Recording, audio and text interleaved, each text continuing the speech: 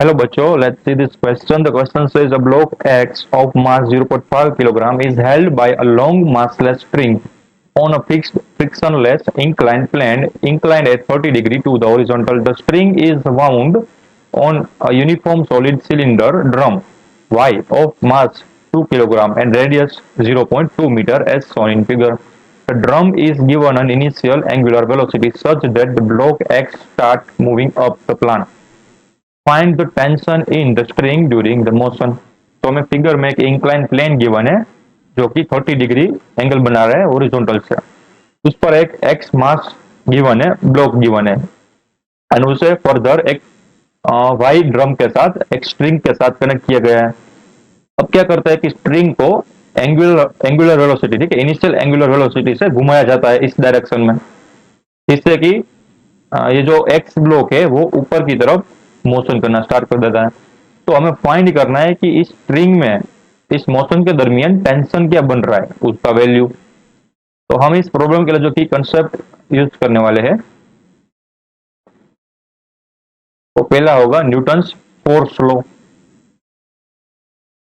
Newton's force law जो कि given होता है summation of F external is equal to mass of that object times acceleration of that object. And second है वो है torque का, ठीक है, टॉर्क का लॉ। ये बेसिक है, फिर भी यहाँ पर लिख देता हूँ, ठीक है, वही हमारा कॉन्सेप्ट है, वो यूज करने वाले हैं। Torque is equal to R perpendicular times F and जो सेकंड इक्वेशन है वो भी यूज करने वाले हैं, वो है आई टाइम्स अल्फा। तो ये दो कॉन्सेप्ट यूज करके हम देखते हैं। तो वापस से हम इसका फिगर डायग्राम ड्रॉ करते हैं, ठीक है। ये हॉरिजॉन्टल था एंड यहाँ पर एक बॉक्स गिवन है हमें, ठीक है। यहाँ पर पहले हम बनाते हैं, ड्रम बना देते हैं ऐसे, एंड ड्रम के साथ एक बॉक्स कनेक्टेड है, तो उसके साथ एक रस्सी थी एंड यहाँ पर था वो था ड्रम, सॉरी एक बॉक्स, ठीक है, एक्स बॉक्स। तो फाइंड करते हैं कि जो एक्स बॉक्स है उसके ऊपर कितने फोर्सेस लग रहे हैं एंड ये जो एंगल गिवन है वो हमें गिवन है 30 डिग्री का, 30 डिग्री, ठीक है। तो ऐसी सिचुएशन हमें गिवन है।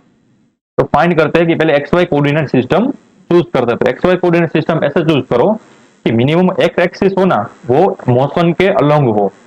तो हम इस डायरेक्शन को एक्स मान लेते हैं, ये वाली डायरेक्शन को, जो कि स्ट्रिंग की डायरेक्शन है, ठीक है। तो ये जो डायरेक्शन है, ये वाली एक्सिस है, उसको मैं मान लेता हूँ एक्स एक्सिस। क्यों? क्योंकि ये जो मास है एक्स वाला, जो बॉक्स है, बॉक्स वो इस डायरेक्शन में मूव करने वाला है, ठीक है। तो मोशन होगी वो इस डायरेक्शन में, हो मोशन उसी डायरेक्शन में, आप एटलीस्ट एक एक्सिस आए, वैसा हम X Y coordinate system choose करते हैं। और उसको जो परपेंडिकुलर आएगी वो आएगी वाई एक्सिस। ये जो है हमारी वाई एक्सिस है, ठीक है। तो मैं यहाँ पर लिख देता हूँ वाई। तो इस केस में जो ये बॉक्स है उस पर, ये उसका सेंटर ऑफ मास है, तो यहाँ से नीचे की ओर लगेगा उसका वेट mg। अब जियोमेट्री से आपने इतना तो पता ही चलेगा कि ये जो एंगल बनेगा वो भी 30 डिग्री का ही बनेगा, ठीक है, बाय द जियोमेट्री। तो इसकी वजह से जो mg के कंपोनेंट बनेंगे वो क्या बनेंगे, तो जो y कंपोनेंट बनेगा, यानी कि y डायरेक्शन में जो कंपोनेंट बनेगा वो बनेगा mg cos 30। क्योंकि जिस भी एक्सिस के साथ कंपोनेंट बनेगा, तो जिस भी एक्सिस के साथ वो एंगल बना रहा है वो उस एक्सिस का जो कंपोनेंट होगा वो cos होगा, एंड जिस एक्सिस के साथ वो एंगल नहीं बना रहा है वो कंपोनेंट होगा वो क्या होगा, साइन होगा। तो यह होगा mg sin 30। एंड और क्या फोर्स लगेगा, तो और ऊपर की ओर लगेगा नॉर्मल फोर्स, यानी कि इस डायरेक्शन में जो फोर्स लगेगा वो होगा नॉर्मल फोर्स। और एक फोर्स लग रहा है, देखो ये वाली डायरेक्शन में, वो होगा tension due to the string. तो इतने फोर्स लग रहे हैं। अब क्या करेंगे कि न्यूटन फोर्स लॉ का यहाँ पर यूज करेंगे, बट हम पर्टिकुलर एक्सिस के ऊपर लगाएंगे। तो जिस डायरेक्शन में मोशन है ना, उसी डायरेक्शन में हम न्यूटन फोर्स लॉ लगाएंगे, क्योंकि वही फोर्स हमारे लिए काम के हैं। बाकी फोर्स बैलेंस हो रहे हैं। देखो वाई डायरेक्शन में तो नॉर्मल फोर्स है एंड mg cos 30 है, वो एक दूसरे को बैलेंस आउट कर रहे हैं, तो उस डायरेक्शन में फोर्स लगाने की जरूरत नहीं है। तो हम सिर्फ एक्स डायरेक्शन में न्यूटन फोर्स लगाएंगे। तो यहाँ पर आएगा summation of total force in X direction is equal to mass of that box times acceleration in X direction of the box. तो हमें पता है जो बॉक्स है वो ऊपर की ओर जा रहा है, ठीक है। तो हमें एक्सेलरेशन पता नहीं है बट उसकी मोशन पता है, ठीक है। तो हम एक्सेलरेशन एक्स को एज इट इज रखेंगे क्योंकि वो हमें फाइंड करना है ना, वो हमें निकलना है। एंड उस पर कितना फोर्स लग रहा है, उस पर जो माइनस एक्स की डायरेक्शन है, तो उसको डायरेक्शन के साथ भी लिखना पड़ेगा फोर्स को। तो यहाँ पर आएगा minus M G sine 30। And tension force कौन सी डायरेक्शन में, प्लस डायरेक्शन में, क्योंकि ये वाली डायरेक्शन प्लस लिए, ये वाली डायरेक्शन माइनस लिए बाय कन्वेंशन। तो यहाँ पर टेंशन आएगा वो प्लस में आएगा, ठीक है। एंड इज इक्वल टू होगा एम एक्स। अब हमें टेंशन फोर्स निकाला तो उससे पहले हमें एक्स निकालना पड़ेगा, ठीक है। तो ये हमारा इक्वेशन हो गया फर्स्ट। अब सेकंड इक्वेशन किसके लिए होगा, सेकंड हम इक्वेशन फाइंड करेंगे ये ड्रम के लिए। ड्रम यानी कि सॉलिड सिलेंडर है और कुछ नहीं है।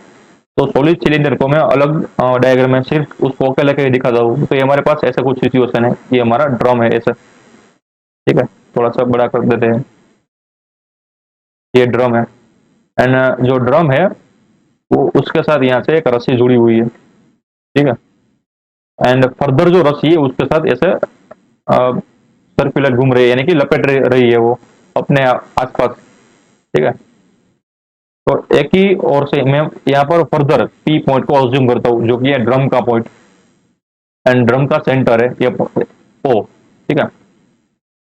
तो देखो यहाँ से जो स्ट्रिंग है, ये वाली स्ट्रिंग है, एंड ये जो पी ओ यानी कि उसकी रेडियस बन रही है आर, वो एक दूसरे के साथ 90 डिग्री का एंगल बना रही होगी, ठीक है। क्योंकि जो पी पॉइंट है एंड जो स्ट्रिंग है वो टेंजेंशियली एंगल बना रही है, ठीक है। यानी कि हम बोल सकते हैं कि जो पी पॉइंट है एंड ये जो स्ट्रिंग है वो ड्रम के साथ टेंजेंशियली जुड़ा हुआ है, ठीक है।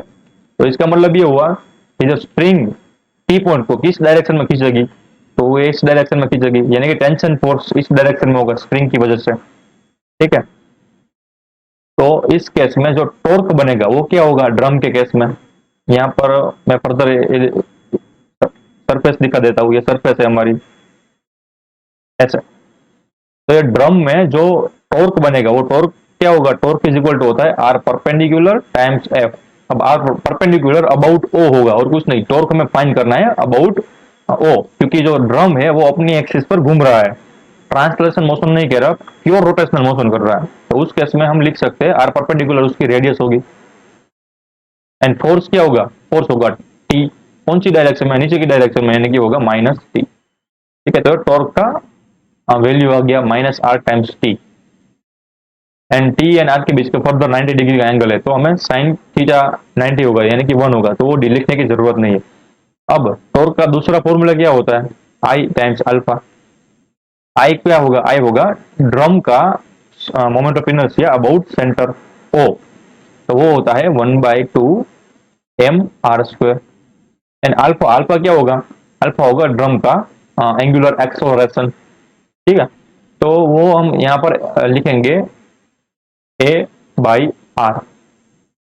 ए क्या होगा, ए होगा ये जो पी पॉइंट है उसका टेंजेंशियल एक्सेलरेशन। क्यों हम अल्फा की जगह पर ए बाई आर लिख सकते हैं, क्योंकि हमें पता है कि कोई चीज अगर प्योर रोटेशनल मोशन कर रही हो तो उसका जो टेंजेंशियल एक्सेलरेशन होता है वो गिवन होता है आर टाइम्स अल्फा से। तो यहाँ से अल्फा की वैल्यू पुट कर दो। एंड टेंजेंशियल एक्सेलरेशन फर्दर कौन सा वाला है, तो एक्स डायरेक्शन वाला है ना, ये वाला ही है, ए एक्स है। तो हम यहाँ पर ए एक्स ए टी को हम ए एक्स से रिप्लेस कर सकते हैं, ठीक है। यहाँ पर लिख सकते हैं A T is equal to A X हमारे केस में, वैसा इक्वेशन बनेगा। तो यहाँ से आएगा आर से आर एक कैंसिल हो जाएगा, तो यहाँ पर बनेगा 1/2 M times X times R. तो अब इन दोनों को कंपेयर करते हैं तो हमारे पास क्या मिलेगा, minus R T is equal to 1/2 mass times acceleration times R. यहाँ से आर आर की वैल्यू भी कैंसिल हो गई, तो टी इज इक्वल टू क्या मिला हमें, टी इज इक्वल टू मिला minus 1/2 mass of the drum times acceleration of the point P, tangential acceleration. तो ये हमारा सेकंड इक्वेशन बन गया। अब इसको हम फर्स्ट इक्वेशन में रिप्लेस कर देते हैं, ठीक है। अब यहाँ पर देखो हमने एम स्मॉल एम दोनों के लिए यूज किया, तो मैं यहाँ पर प्राइम यूज करूंगा। ड्रम का जो मास है उसको मैं प्राइम से डिनोट करूंगा ताकि कंफ्यूजन ना हो। ब्लॉक का मास स्मॉल एम है एंड ड्रम का मास है एम प्राइम, तो यहाँ पर एम प्राइम यूज कर दूंगा, एम प्राइम। ठीक है, एम प्राइम है वो है ड्रम का मास, एंड बाद में उसकी लास्ट में वैल्यू पुट कर देंगे जो कि है 2 किलोग्राम। अब मैं क्या करूंगा, second equation put second equation in first, तो हमें क्या मिलेगा, minus M G sine 30 minus M G sine 30 की वैल्यू होती है 1/2, तो यहाँ पर आएगा बाई 2 प्लस टी, टी की वैल्यू यहाँ से आई -1/2 एम प्राइम ए एक्स, तो यहाँ पर मैं लिखूंगा -1/2 M prime A X is equal to क्या था, इज इक्वल टू था एम एक्स। ठीक है ना, ये फर्स्ट वाला इक्वेशन देख लो, ये वाला, तो यहाँ पर था एम एक्स, तो ऐसी वैल्यू मिल गई। अब हम सारी वैल्यू यहाँ पर पुट कर देंगे एंड ए एक्स को कॉमन बना लेंगे, तो यहाँ से हमें मिलेगा -mg/2 is equal to M plus M prime by 2 into A X. तो एक्स की वैल्यू क्या मिली, एक्स की वैल्यू मिली -mg divided by 2 M plus M prime by 2। यहाँ से सारी वैल्यू पुट कर देंगे। एम क्या था, ब्लॉक का मास, ब्लॉक का मास कैसे गिवन है 0.5, ठीक है 0.5। अब जी की वैल्यू फॉर सिंप्लिसिटी हम ले रहे हैं 10, ठीक है, ताकि हमारा जो आंसर मिले वो इजीली मिल जाए, टाइम्स 2 एम, एम यानी कि 0.5 प्लस एम प्राइम। अब एम प्राइम क्या है, एम प्राइम है सिलेंडर का मास, सिलेंडर का मास है 2 किलोग्राम, तो यहाँ पर आएगा 2 किलोग्राम,